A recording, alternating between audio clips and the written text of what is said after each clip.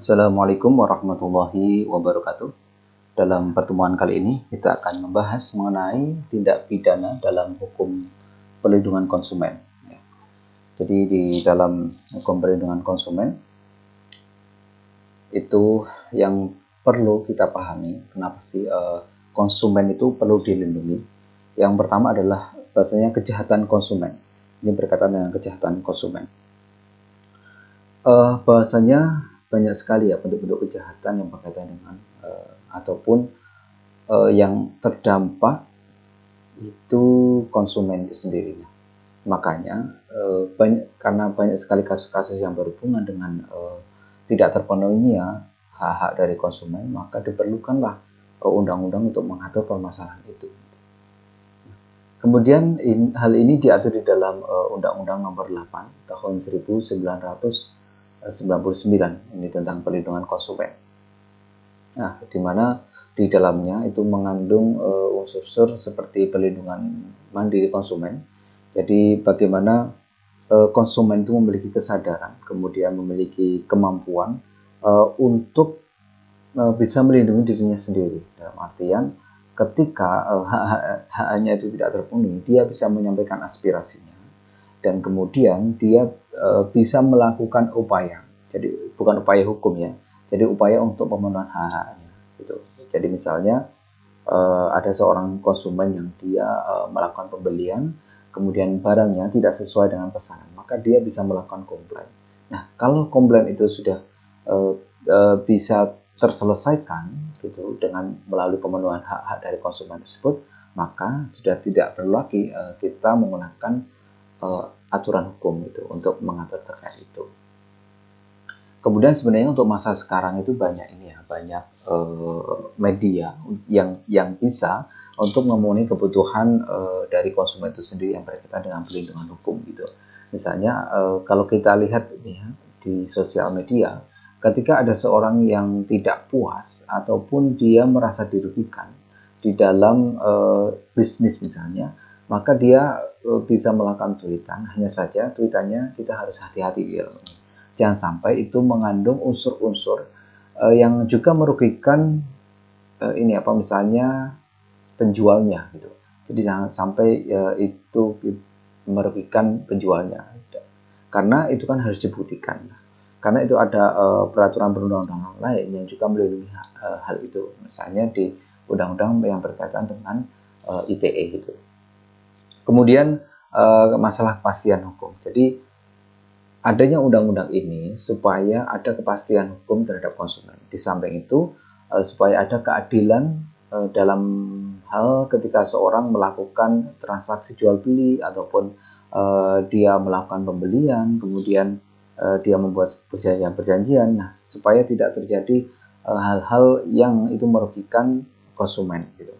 Makanya perlu adanya kepastian hukum. Jadi kepastian hukum sebagai akses bagi konsumen untuk bisa mendapatkan haknya kembali. Kemudian selanjutnya adalah adanya keterbukaan informasi. Keterbukaan informasi ini berkaitan dengan bagaimana seorang konsumen itu bisa menyampaikan aspirasinya, pendapatnya, ataupun kritikan-kritikannya yang berkaitan dengan permasalahan kebutuhan konsumen tersebut. Perlunya adanya pemberdayaan dan juga pemilihan terhadap beberapa redaksi-redaksi gitu ya yang berkaitan dengan hak konsumen ini supaya lebih bisa melindungi hak konsumen. Jadi ketika konsumen itu ingin menyampaikan aspirasinya, dia juga harus tahu bahwasanya dalam menyampaikan aspirasi itu juga ada aturan gitu. Jadi jangan sampai seseorang yang ingin memberikan masukan atau dia ingin melakukan komplain, konsultasi ataupun yang lainnya, akan tapi tidak ada ruang untuk itu. Nah, makanya di dalam undang-undang itu memberikan jaminan yang berkaitan dengan itu. Selanjutnya adalah kualitas dan pelayanan. Sebenarnya di dalam hal permasalahan ataupun perdagangan itu ya, bisnis itu yang paling utama adalah terkait dengan masalah kualitas. Kualitas di sini bisa berkaitan dengan kualitas barangnya, kualitas proses jual belinya, kemudian adalah dalam segi pelayanannya. Kalau pelayanannya memang sudah memenuhi standar, kemudian dari segi kualitasnya memang benar-benar sesuai dengan ketentuannya, misalnya harganya sekian, sudah ada keterangannya, kualitasnya, misalnya kualitasnya di nomor 2 gitu ya, di kualitas nomor 2, atau misalnya ini benar-benar asli, akan tapi bisa konsumen bisa menemukan bahwasanya itu tidak asli, maka itu bisa masuk ke dalam kerangka peraturan perundang-undangan ini. Kemudian selanjutnya adalah masalah kesadaran hukum. Ini yang sangat penting sekali, bahwasanya ketika seorang konsumen itu merasa dirugikan, maka dia harus sadar bahwasanya ini ada ruang untuk dia bisa mengadukan gitu, dan bisa memproses secara hukumnya gitu. Kalau kita tidak ada kesadaran ataupun kita merasa misalnya diancam gitu ya, diancam, kalau Anda misalnya menuntut atau Anda melakukan komplain, maka Anda akan kami perkarakan balik gitu misalnya. Kita harus sadar akan itu, bahwasanya kita ada pelindungan hukum terkait yang berkaitan dengan itu. Kita bisa nanti bisa melakukan advokasi gitu ya, melakukan advokasi. Kemudian kita sadar bahwasanya kalau itu tidak dilakukan, kita tidak mengusut yang berkaitan dengan permasalahan konsumen ini, nanti akan berkelanjutan dan ini akan dampaknya akan sangat besar sekali yang berkaitan dengan permasalahan kejahatan ini. Karena apa? Di dalam teori-teori kejahatan, ketika hukum itu dibiarkan, maka ini akan berujung kepada seseorang meniru perbuatan kejahatan tersebut gitu. Makanya kesadaran akan hukum ini perlu kita sosialisasikan, perlu dipahami oleh semua masyarakat, karena kebanyakan memang menjadi konsumen gitu ya, untuk bisa memiliki keberanian untuk mengungkap berbagai macam kejahatan-kejahatan atau pelanggaran-pelanggaran yang berkaitan dengan perlindungan konsumen gitu. Kemudian apa sih sebenarnya hak konsumen itu? Nah, hak konsumen itu ini juga diatur dalam pasal 4 gitu ya, Undang-Undang Nomor 8 tahun 1999 yang berkaitan dengan perlindungan konsumen. Yang pertama adalah tentunya pemenuhan hak atas kenyamanan gitu ya, atas kenyamanan, keamanan, keselamatan, kesesuaian barang dengan nilai tukar, kemudian kondisi barangnya itu harus sesuai juga, kemudian jaminan yang dijanjikan. Misalnya di situ kan sudah dituliskan gitu ya, dituliskan misalnya ini harganya sekian, kualitasnya ini produk buatan dari luar negeri, misalnya dari Jepang gitu.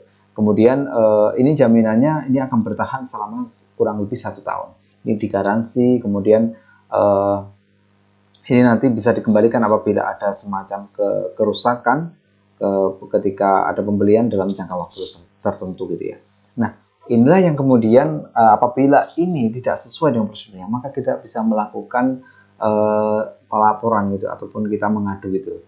Karena ini sudah diatur di dalamnya. Kemudian ada permasalahan hak untuk mendapatkan informasi yang benar. Jadi informasi yang benar itu menjadi hak konsumen. Jadi ketika ada informasi yang salah, maka itu bisa dilakukan penuntutan yang berkaitan dengan permasalahan informasi yang benar.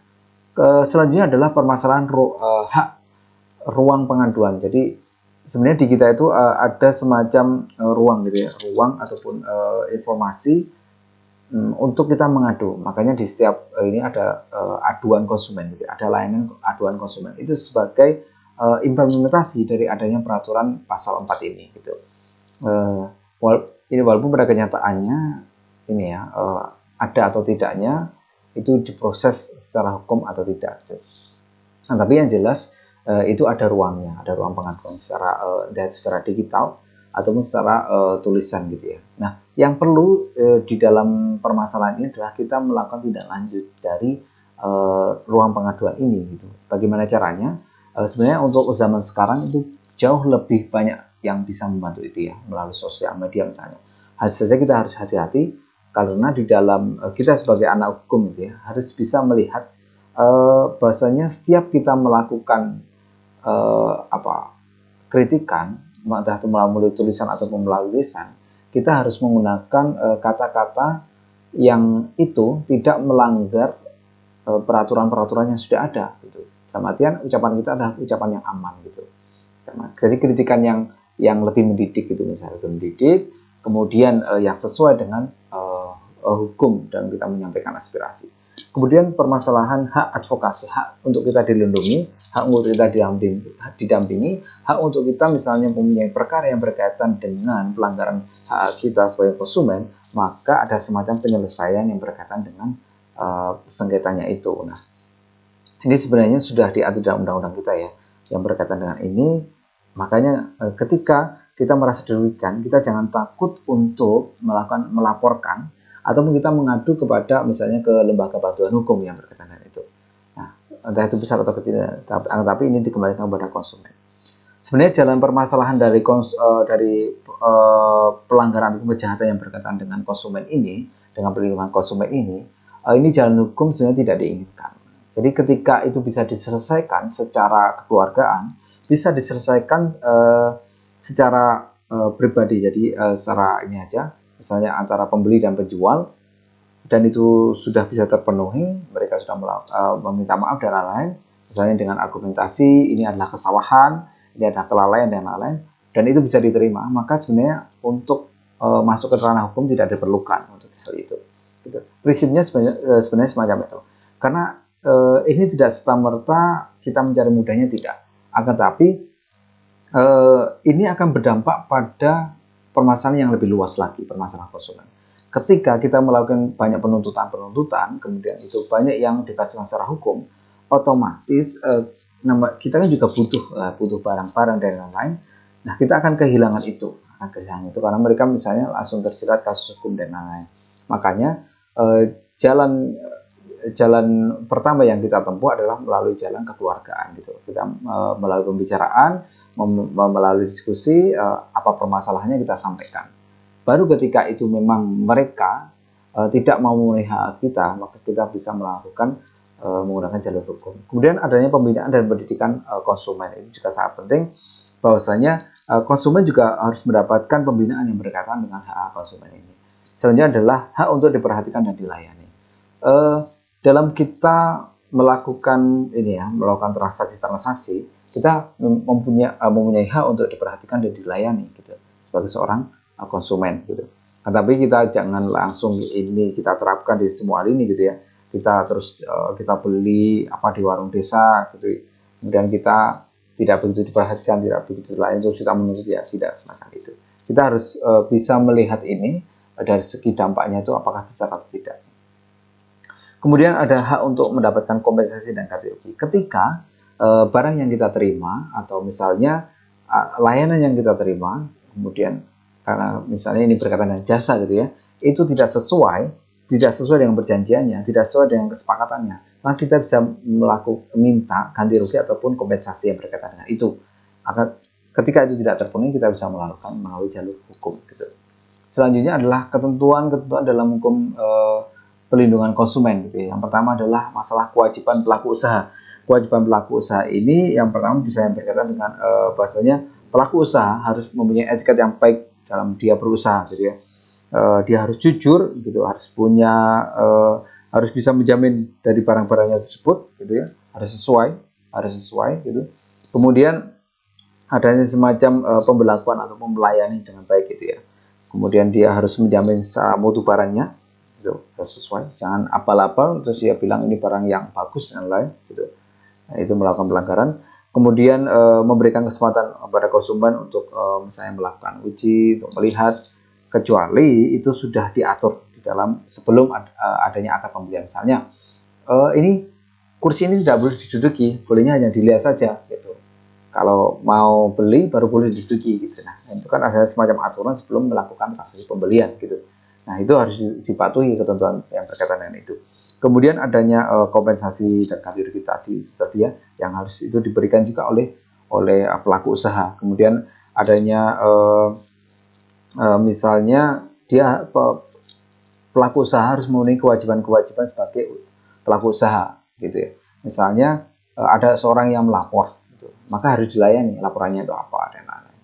Sebenarnya untuk kita melihat di lapangannya kasus-kasus semacam ini ya, kasus-kasus misalnya seorang melakukan pencurian di mall dan lain-lain gitu, sebenarnya jalur-jalur hukum sebisa mungkin dihindari yang berkaitan dengan itu. Atau misalnya ada konsumen yang dia merasa dirugikan, misalnya dia membeli barang tapi sudah membayar tidak ada barangnya gitu. Nah, itu jalur semacam ini kita kan harus diklarifikasi terlebih dahulu gitu. Jangan sampai kita sendiri yang akan malah merugi karena kita juga harus melihat efisiensi dari waktunya dan juga dampaknya. Kemudian larangan bagi pengusaha. Jadi ada beberapa hal yang berkaitan dengan larangan bagi pengusaha di pasal 8 ayat 1, 2 dan 4 itu dijelaskan berkaitan dengan larangan bagi pengusaha. Bahasanya misalnya pengusaha itu dilarang misalnya memproduksi barang yang sudah tidak layak gitu, misalnya tidak layak, terus tidak memenuhi standar. Jadi ini ada standar-standarnya. Kemudian dia tidak mencantumkan misalnya labelnya, jadi kejelasannya gitu, izinnya itu bagaimana gitu. Kemudian tidak adanya kesesuaian antara barang dan isi, antara harga dan barangnya. Misalnya dia menjual dengan harga yang sangat mahal gitu, dan itu berlaku secara serentak, kemudian itu dapat mempengaruhi proses jual belinya gitu ya, proses jual belinya ataupun perputaran sebagai pelaku usahanya, atau merugikan pengusaha-pengusaha yang lainnya gitu. Kemudian adanya ketidaksesuaian dengan ketentuan-ketentuan yang sudah dijanjikan di dalam barangnya tersebut gitu. Kemudian adanya mencantumkan informasi yang tidak benar. Jadi dia memberikan informasi yang tidak benar. Misalnya di situ tercantum kosmetik yang itu harusnya itu kosmetik tersebut digunakan di kulit gitu, bukan diminum ataupun dimakan. Tapi di situ informasinya mengatakan itu tidak dilakukan di kulit. Nah, itu kan adanya semacam pembohongan di dalam situ. Kemudian barangnya cacat gitu, barangnya rusak, itu masih dijual gitu ya, masih dijual. Kemudian dia dari segi pengusahanya dia mengatakan ini masih layak dan lain-lain gitu. Kemudian adanya pelanggaran misalnya ini barang selundupan, ini ya black market dan lain-lain. Kemudian memperdagangkan farmasi yang itu sudah kadaluarsa misalnya, atau barang-barang yang sudah kadaluarsa gitu. Nah, itulah beberapa ketentuannya. Kemudian sebenarnya pengusaha juga dilarang gitu ya mengiklankan barang-barang yang itu melanggar peraturan hukum yang lainnya gitu. Misalnya normanya kurang bagus, ya ada pornografi dalam iklan-iklannya dan lain-lain gitu.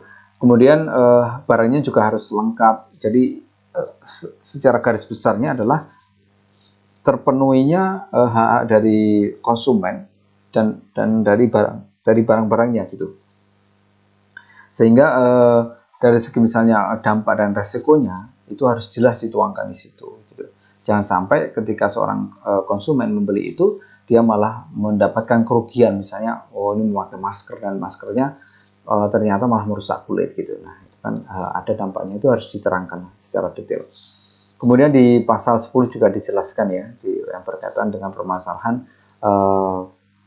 permasalahan larangan-larangan bagi pengusaha juga gitu, larangan bagi pengusaha. Jadi intinya adalah permasalahan tarif terus potongan itu harus sesuai dengan prosedur yang ada gitu.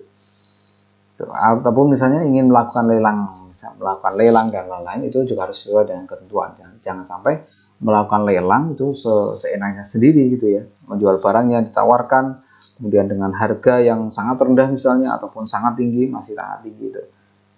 Kemudian ada semacam kejahatan konsumen gitu ya, kejahatan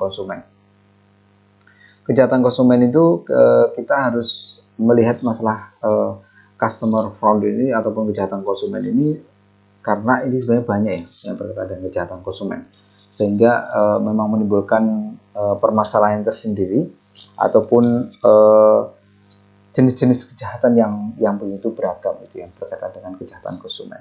Ada beberapa hal ya sebenarnya, atau modus-modusnya berkaitan dengan kejahatan konsumen. Misalnya adalah produk makanan, berkaitan dengan produk makanan, obat-obatan, itu banyak gitu ya. Misalnya ini mengandung bahan yang berbahaya yang berkaitan dengan makanannya itu gitu, dan tidak dicantumkan gitu. Ataupun misalnya itu mengandung barang yang diharamkan menurut hukum Islam gitu, terus itu tidak dicantumkan, ataupun dia mencantumkan produk halalnya padahal itu ada kandungan yang diharamkan oleh agama Islam. Kemudian ada iklan yang itu menjerumuskan pada hal-hal yang menyesatkan. Misalnya iklan tersebut menyampaikan bahwasanya ketika seorang memakai produk ini, maka dia bisa gemuk dalam waktu sehari gitu ya, padahal secara pembuktiannya itu tidak benar gitu, itu kan melakukan penyesatan. Lalu penjualan barang yang after sales survive, jadi di luar dari penjualan ini ya, ataupun layanan penjualan.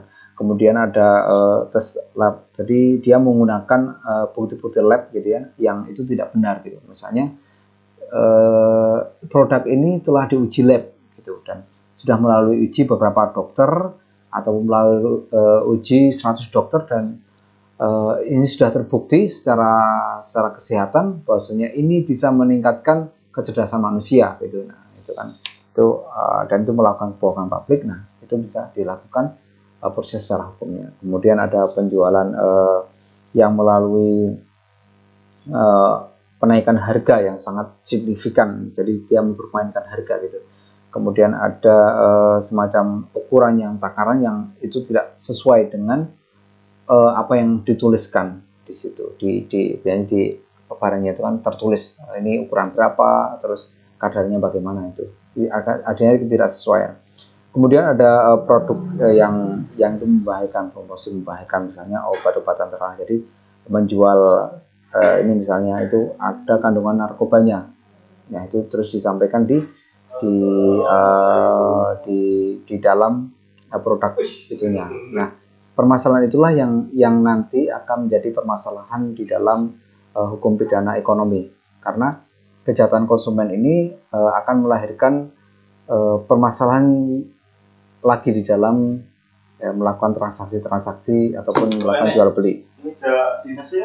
Selanjutnya adalah permasalahan yang berkaitan dengan pelayanan, misalnya di bandara, kemudian di bandara, kemudian ada di kereta api dan di transportasi yang lainnya. Maka ketika ada pelayanan yang tidak sesuai, maka ini perlu adanya pengarahan atau pembinaan yang berkaitan dengan itu, supaya ini lebih bisa terarah. Jadi kita tahu, oh ini pelayanan yang harusnya kita dapatkan sebagai selaku konsumen adalah semacam ini. Jadi ada semacam standar prosedurnya gitu. Nah, kemudian karena hal semacam ini yang perlu kita lihat supaya kita bisa melihat misalnya ini yang masuk dalam kategori kejahatan ataupun tindakan kriminal yang berkaitan dengan korporasi itu seperti apa. Kemudian ini tindakan kejahatan yang bisa kita lakukan upaya hukum itu yang dalam batasan seperti apa. Nah, ini bisa kita ketahui dari ketentuan-ketentuan kejahatan konsumen ini.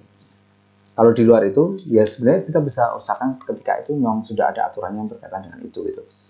Kemudian yang berkaitan dengan perkembangan konsumen itu sebenarnya lebih pesat ya, lebih pesat dibandingkan yang kita kira, karena perkembangan perekonomian juga semakin tinggi gitu, semakin tinggi. Nah, sebenarnya upaya-upayanya itu bagaimana sih upaya hukum pidana ekonomi dalam menangani kejahatan dalam Undang-Undang Perlindungan Konsumen? Yang pertama adalah permasalahan sanksi pidananya. Jadi sanksi pidana ini sangat penting sekali untuk dijadikan pedoman, karena apa? Ketika seorang melakukan pelanggaran-pelanggaran yang berkaitan dengan perlindungan kejahatan atau perlindungan konsumen, maka sanksi ini akan menjadikan seseorang mengurungkan niatnya ataupun dia takut untuk melakukan tindakan kejahatan tersebut gitu. Karena ini akan berujung misalnya pada penutupan perusahaannya, kemudian ini akan merugikan banyak karyawannya. Nah, ini kan harus diantisipasi yang berkaitan dengan ini. Makanya ini perlu sekali sanksi pidana itu dipertimbangkan. Selanjutnya adalah gugatan perdata. Gugatan perdata ini bisa dilakukan gitu ya, entah itu melalui jalur pengadilan ataupun melalui jalur rekonsiliasi dan arbitrase gitu. Jadi ini jalur-jalur yang di luar peradilan gitu. Nah, permasalahan-permasalahan inilah yang harus kita lihat sebagai upaya kita untuk melindungi hak-hak dari konsumen. Jadi pada prinsipnya seperti yang saya sampaikan, kita tidak menuntut semacam pembalasan secara hukumnya. Nah, tapi kita lebih menuntut kepada hak-hak kita sebagai konsumen. Kalau haknya sudah terpenuhi, maka jalur-jalur hukum itu tidak perlu dilakukan. Nah, gitu. Jadi selective law enforcement itu sangat penting sekali. Jadi pemilihan kita dalam mengambil keputusan yang berkaitan dengan pelanggaran-pelanggaran ataupun kejahatan-kejahatan. Sekian kuliah kita pada kali ini. Wassalamualaikum warahmatullahi wabarakatuh.